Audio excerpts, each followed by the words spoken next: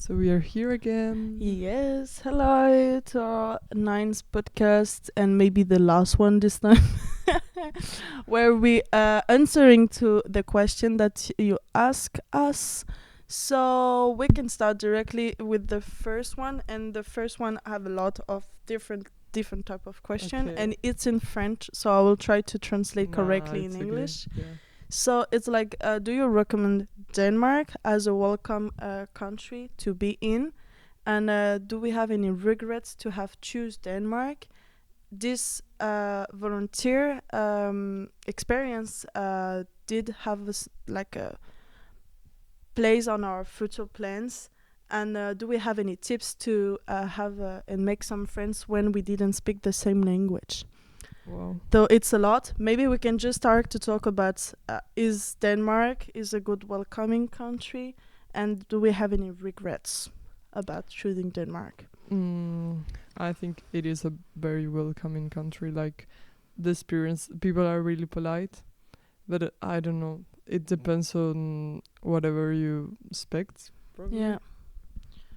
I don't know. Like if you expect a very big welcoming with a lot of people doing parties and stuff, that's not the place.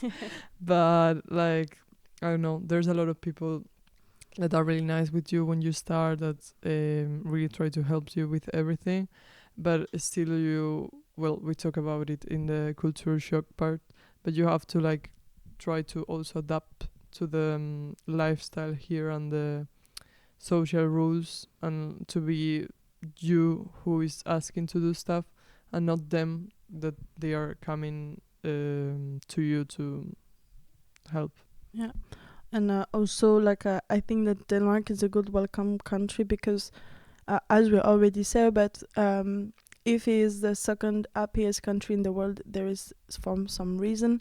The system is really good. It works pretty well. People are really nice when you ask help, and the security is everything. I never feel much safe and secure that since I'm in Denmark, and this is a really good point for me because like you don't have to think about anything. Maybe it's also because I'm not in my country, but I really don't mind about the looking of people. I just walk in the street and it's so fine, and I'm not afraid by men in the street either. Even though they are drunk, there is some like this unspoken respect that they know that even though they are completely like dizzy and totally like done, they will most of the time not disturb you, or if they do a remark, they will not follow you in the street. Like it's less unsafe that in France for sure.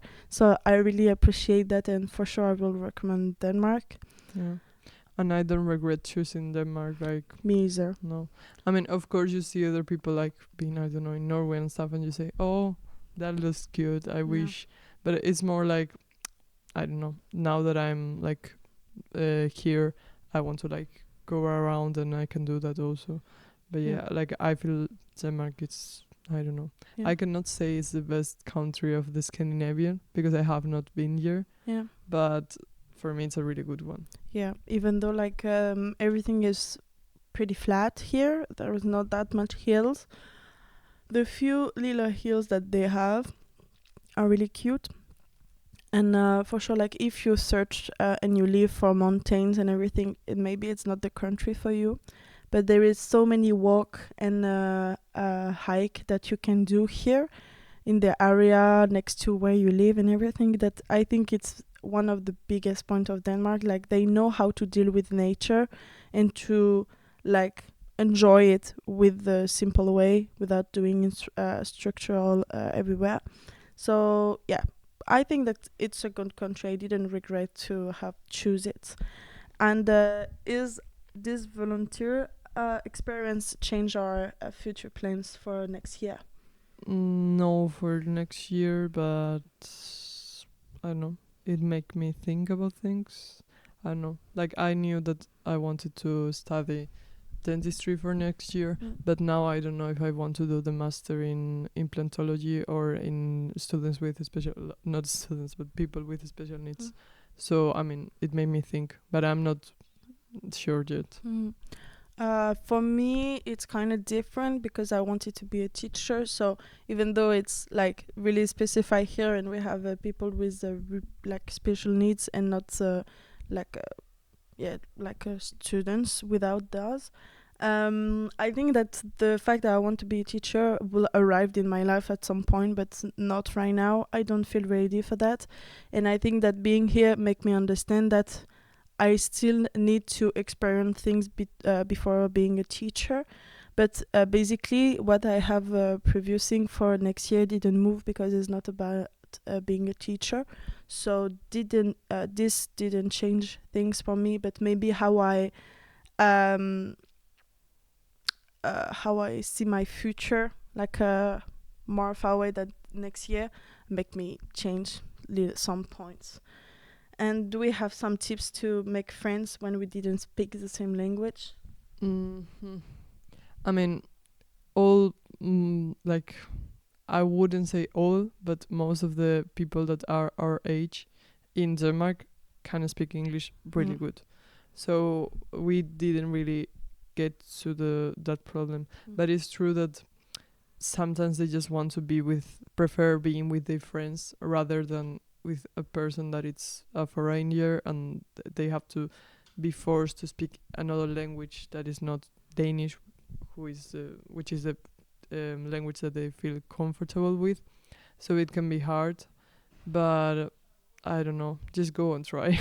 Yeah, I think maybe we can go again about the fact that having Danish friends, it's not the easy part because they know each other since a long time. And most of the time, they didn't search for any new relation.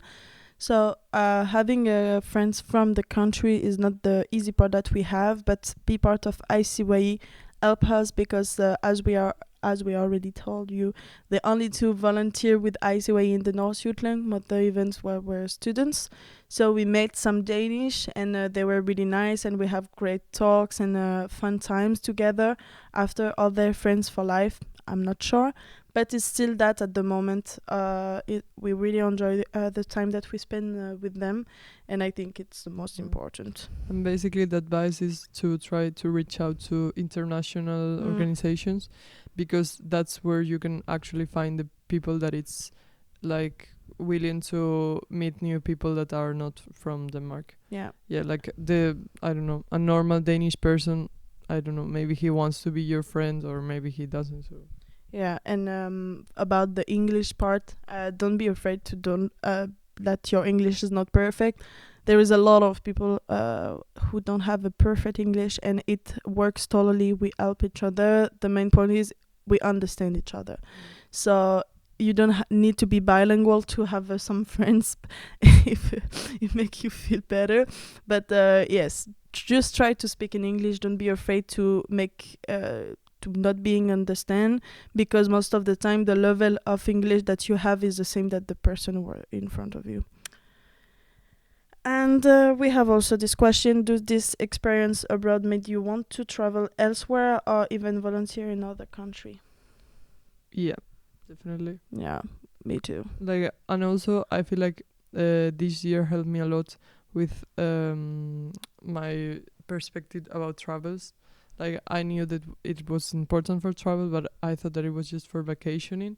But it's much more than that. Like, now that I'm volunteering, I know that it's good to travel because you learn other cultures and I don't know, you become more grown up in a way, or at least that's the case for me.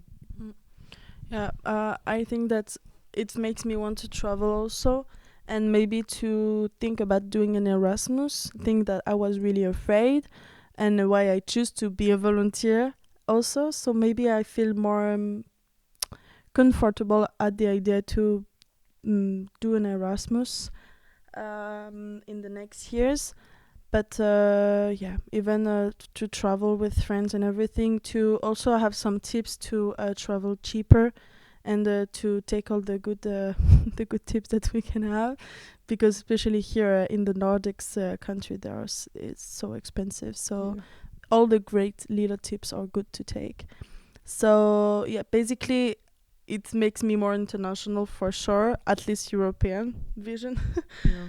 But yeah, and we just talk with so many people all over the world, like a girl from Hong Kong, Bolivia also, Venezuela. Like it make also want you to, I don't know, discover those country, to understand those culture, and yeah, it's kind of for sure. Even came back in Denmark right now to another experience, that being a volunteer just as a tourist, or make a little visit to our colleagues or people that we met, for example. Yeah, Why definitely. not? I'm not close to those things. Yeah.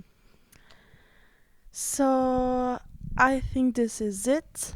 We are done. Yes. Podcast. Oh my god, this is the end after 2 months that we started. So basically, this is the end of Hygge Gossiping on Spotify. Thanks for listening. And we cannot say BCs because BCs means like see you, and we are not going to see you. But in the Instagram. But we can say this is on Instagram, and farewell, which means goodbyes. Yeah. On Spotify. So farewell. Farewell.